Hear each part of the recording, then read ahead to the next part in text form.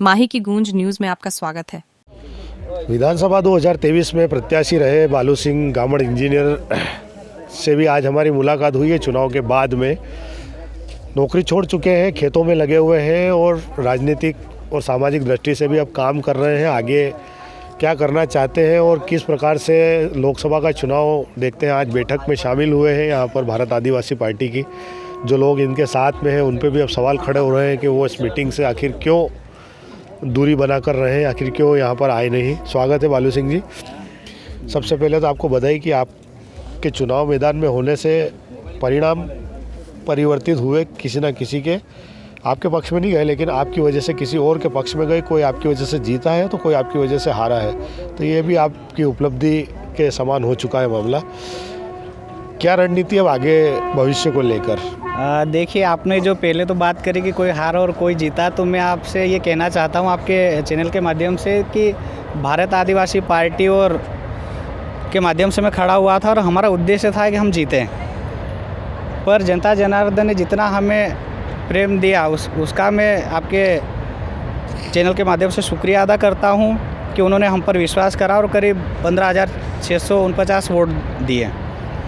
और आगे की जो रणनीति है वो लोकसभा चुनाव को लेकर है और इसमें हमारे सभी संगठन हैं, उनके माध्यम से इस पावन धरा बामनिया की इस पावन धरा पर मामा बालेश्वर की समाधि स्थल के पास में मीटिंग रखी गई थी, जिसमें आगामी जो लोकसभा चुनाव होने हैं उसको लेकर नामों की चर्चा के लिए हमारे सम्माननीय विधायक महोदय श्री कमलेश जी डोडियार द्वारा रखी गई थी, जिसमें तीनों ज़िले के हमारे संगठन के पदाधिकारी और साथी उपस्थित हुए, जो कि सकारात्मक रही है।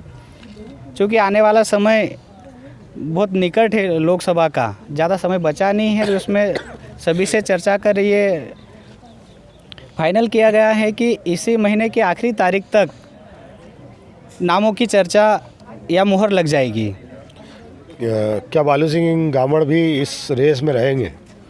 देखिए, बालू सिंह गामड़ कुछ भी नहीं है, समाज सर्वोपरि है, जाजम सर्वोपरि है और जितने संगठन हैं उनके जो मुखिया है वो क्या सोचते हैं उनके ऊपर निर्भर करेगा। बीजेपी ने ये माहौल बनाया है कि कहीं ना कहीं बालू सिंह गामड़ को पीछे के दरवाजे से बीजेपी का सपोर्ट था और वो चाह रहे थे कि कांग्रेस को ये बड़ा नुकसान करे जिससे बीजेपी को जीत मिले। देखिए, परिणाम आने के बाद कौन क्या सोचता है ये उनके ऊपर निर्भर करता है। अगर मैं आया था तो कहीं ना कहीं इतनी बड़ी नौकरी छोड़ के नाना कोई हारने के लिए व्यक्ति नहीं आएगा। मुझे पूर्ण विश्वास था कि मुझे सकारात्मक रिजल्ट मिलेगा और मुझे मिला भी है और आगे निश्चित तौर पर हम सफलता हासिल करेंगे। कहाँ कमी रह गई फिर? पूरा इतना विश्वास कहाँ जाकर डगमगाया है? देखिए, एक तो बहुत कम समय मिला जो तैयारी का, उसमें भी कहीं ना कहीं मैं मानता हूँ कि बहुत कम समय में इतने करीब 132 पंचायतों में घूमना और उनसे संबंधित जितने गांव हैं उनमें घूमना, ये कहीं ना कहीं कमियाँ तो रही है, जिसको हम आने वाले समय में बिल्कुल सॉर्ट आउट करेंगे। झाबुआ अलीराजपुर ज़िला एक हुआ करता था, अब अलग हो गया है। पहले 5 सीटें थी, अब अलग झाबुआ ज़िले में 3 सीटें रह गई है। 2029 में परिसीमन होने वाला है और जो हमारे विधानसभा क्षेत्र है वो काफ़ी बड़े हैं, अलग थलग भी पड़ते हैं। मेघनगर थानला लग जाता है, रामा पेटलावद लग जाता है, बहुत सारी कमियां हैं। क्या इसको लेकर कोई योजना बन रही है कि पेटलावद अलग विधानसभा बने, रामा अलग बने? कुछ देखो, उसको लेकर हमने बात कर रखी है और कहीं ना कहीं हमारे पास आंकड़े भी है।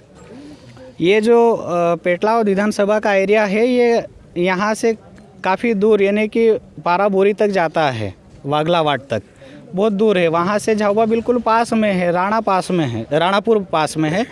तो कहीं ना कहीं हम आने वाले समय में परिसीमन के लिए बिल्कुल ज्ञापन देंगे और होना भी चाहिए, क्योंकि हमारा खवासा बिल्कुल पास में पड़ता है पेटलावद के।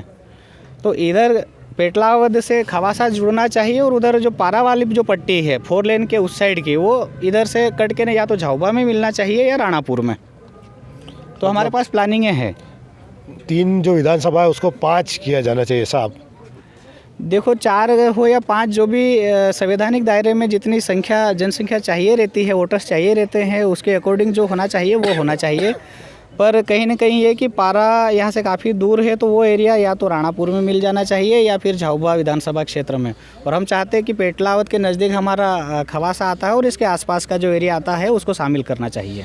ये जो आपके भील आदिवासी प्रदेश के जो पदाधिकारी है वो इस बैठक में दिखाई नहीं दिया गई। देखिए, भारत आदिवासी पार्टी हो चाहे जयस हो चाहे जो भी संगठन, सभी साथ में है। चूँकि आज हम देख रहे हैं कि आज का दौर जो है अधिकतर विवाह का कार्यक्रम भी है, मांगलिक कार्यक्रम चल रहे हैं, तो ऐसे कोई परिस्थितियां भी है जिसके कारण नहीं आ पाए होंगे।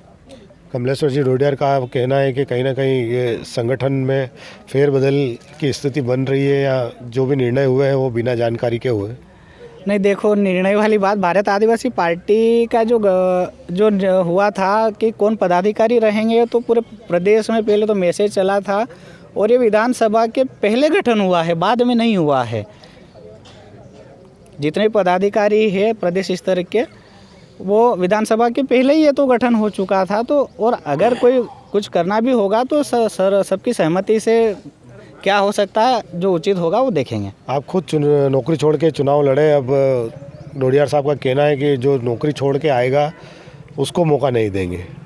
वो आपने सही सुना नहीं, शायद उन्होंने ये कहा है कि चुनाव में सिर्फ 20 दिन बचे, मतलब आचार संहिता लगने में। तो जो अभी नौकरी छोड़ के क्विक डिसीजन लेगा, मान लो जो अभी कोई नौकरी कर रहा होगा, तो उसके लिए वो बात करी है। आगे भविष्य में राजनीति ही करना है या वापस से किसी दिशा में फिर प्रयास करना है नौकरी के? देखो, राजनीति ही करना एक अलग बात वो नहीं है।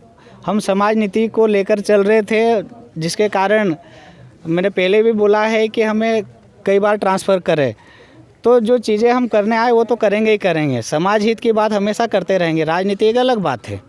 आप कोई नौकरी में जाने की इच्छा नहीं है? बिल्कुल नहीं जाएंगे। नौकरी अगर करना ही होता तो मैं सेकेंड क्लास ऑफिसर बन के नाच रहता। ठीक है, ये हमारे बालू सिंह जी गावड़ इंजीनियर, जिन्होंने विधानसभा का चुनाव लड़ा और इनके चुनाव लड़ने से इस बार निर्णय हुआ है विधानसभा का, ये भी कहा जा सकता है, क्योंकि कहीं ना कहीं बालू सिंह गावड़ की उपस्थिति कांग्रेस पर भारी पड़ी है और बीजेपी इस चीज़ को बुना रही है लोकसभा चुनाव के लिए कि कहीं ना कहीं पीछे के दरवाजे से या बैक सपोर्ट हमको जयस और भारत आदिवासी पार्टी का है, जिससे कि कांग्रेस का मोरल डाउन किया जा सके। और अब विधानसभा के बाद अब लोकसभा में भी कांग्रेस के सामने भाजपा के बाद में जयस नाम की और एक भारत आदिवासी पार्टी नाम की चुनौती बनी हुई है और बनी हुई रहेगी। धन्यवाद।